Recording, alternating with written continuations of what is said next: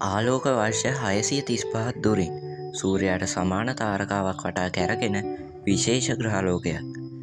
NASA විද්‍යාඥයන් හොයාගත්ත පළවෙනි ජීවයට සුදුසු ග්‍රහලෝකය. ඒ වගේම ද්‍රව ජලය. ජලය තියෙන තැනක ජීවයක් පැවතීමේ සම්භාවිතාවයක් තියෙනවා. නිකම්ම ජීවයක් නෙවෙයි, තියුණු ජීවයක්. මේ තමයි කෙප්ලර් 22b. එහෙනම් ලෑස්ති වෙන්න. අද මම මේ වීඩියෝ එකෙන් කතා කරන්න යන්නේ විශ්වයේ තියෙන සුපිරි පෘථුවියක් ගැන.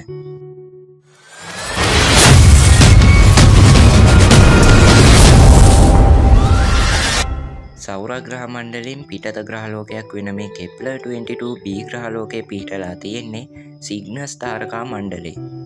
පෘථුවිය වගේ 2.4 ගුණයක් විශාල සහ 9 ගුණයකටත් වඩා බර මේ ග්‍රහලෝකය හොයාගත්තේ 2011 දී. ඒ නාසා ආයතනය විසින් කෙප්ලර් දුරේක්ෂය භාවිතා කරලා.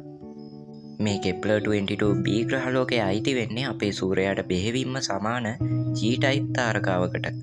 පෘථුවියේ වසරක් ගත වෙන්න දින 365ක් ගියාට මේ ග්‍රහලෝකයට මව් තාරකාව වටා යන්න ගත වෙන්නේ දින 290ක් විතරයි.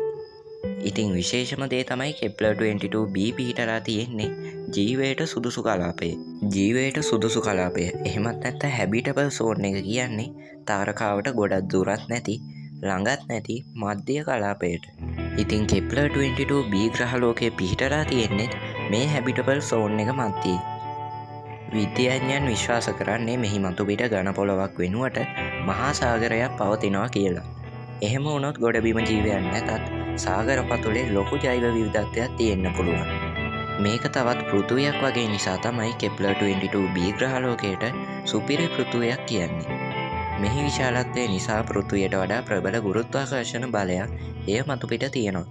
මේ නිසා මිනිස්සුන්ට කෙප්ලර් 22b වල ඇවිදින්න නම් ගොඩක් අපහසුයි. ඒ කොහොම වුණත් තාම මේ ග්‍රහලෝකයේ වායුගෝලය නිරීක්ෂණය කරලා නැහැ. තාක්ෂණික වශයෙන් තවමත් මේ තරම් දුරක තියෙන ග්‍රහලෝකයකට යන්න තරම් නොදියුණු නිසා විද්‍යාඥයන්ට තවත් කාලයක් ඒ සඳහා ගත වේ. මොකද ආලෝකයේ වේගයෙන් ගියත් මේ ග්‍රහලෝකයට යන්න අවුරුදු 600කටත් වඩා ගත වෙනවා. සාමාන්‍ය යානයකින් ගියොත් නම් අවුරුදු මිලියන ගණනක් ගත වෙනවා.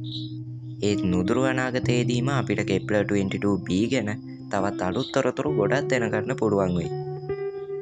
ඒ කොහොම වුණත් කෙප්ලර් 22b කියන්නේ විද්‍යාඥයන්ගේ සහ අපි හැමෝගෙම පිටසක්වල ජීවය ගැන බලාපොරොත්තු තියාගන්න පුළුවන් සුවිශේෂී ග්‍රහලෝකයක්. ඉතින් අලුත් වීඩියෝ එකකින් හමු වෙන බලාපොරොත්තුවෙන් අදට මම යනවා. එහෙනම් ඔයාලා හැමෝටම සුබම සුබ දවසක්.